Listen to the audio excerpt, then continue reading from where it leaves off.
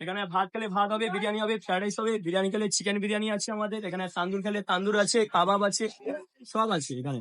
অনেক রকম আইটেম আছে। চিকেন বিরিয়ানি দেখতে পারেন, এখানে তান্দুর গোটা মুরগি আছে, পুরো ফুল, পুরো রোস্ট করে দেওয়া হবে, পুরো ফ্রেশ আছে। আপনার চোখের সামনে দরকার পড়লে মশলা টসলা সব মাখিয়ে এখানে তন্দুর ভাটি আছে, এখানে রোস্ট করে দেওয়া হবে।